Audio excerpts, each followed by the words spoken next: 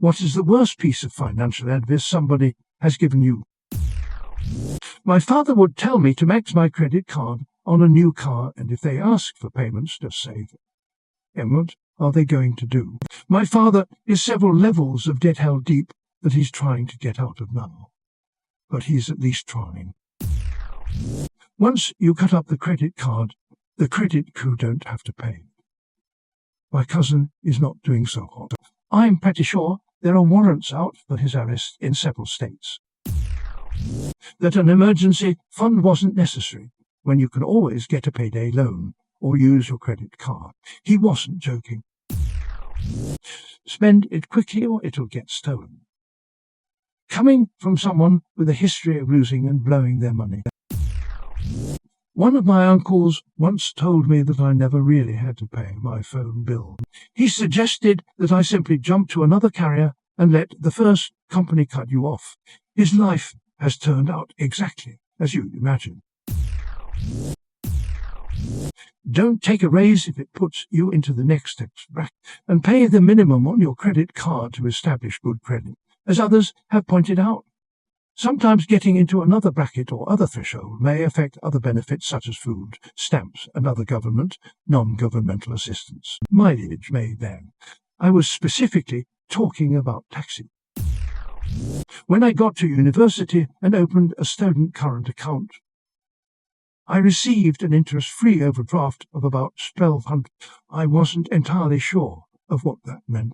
My brother informed me, so that is like your new zero, and encouraged me to use it to buy a new gaming. For the next few years I really wish I hadn't taken that advice. He's never been too amazing with his money, so I should have seen that one coming. So, when I was 24, I was financially struggling. I had a job that worked me a lot of hours, but only paid me $10 an hour. My parents talked me into buying a brand new 2004 four-door Honda Civic.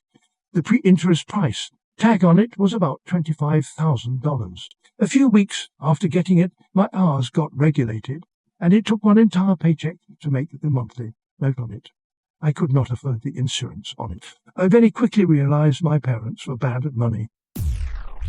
This wasn't really their fault, because none of us, least of all 20-year-old me, could have predicted the fallout from the recession. I was in college when it hit, about halfway through a bachelor's degree. We're not rich, and I was paying for it, with loans on a semester-by-semester basis. For a day, you could get a loan. Then, suddenly, by Monday, you couldn't anywhere. Friends were dropping out left and right, unable to come up with the money for the next semester.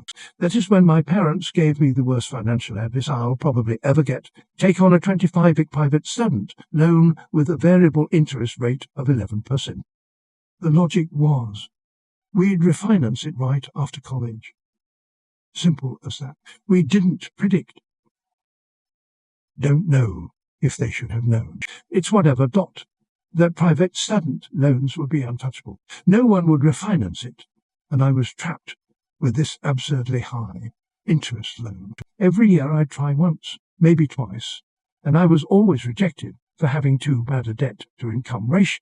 The payments plus the payments of my other loans were too high to make anything but the minimums, which went straight to interest. It was like I'd hung myself but misjudged the length of the rope, and could just barely skate my toes on the ground and keep me alive. Barely. It took years to get out from under. In the end, some 8 years later, we made the final payment. On a 27th loan I paid an additional 23 in interest at a 13% rate.